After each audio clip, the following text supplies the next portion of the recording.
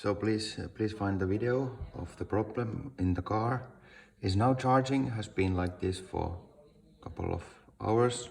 Well, I did charge it before already, but does not do anything. Stand by. Okay, took the battery, the car.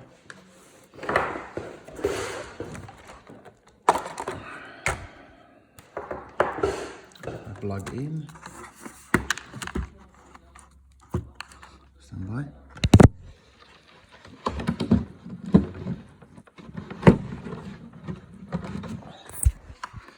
So the battery is now attached to the wiring. Is off, is on, and the remote.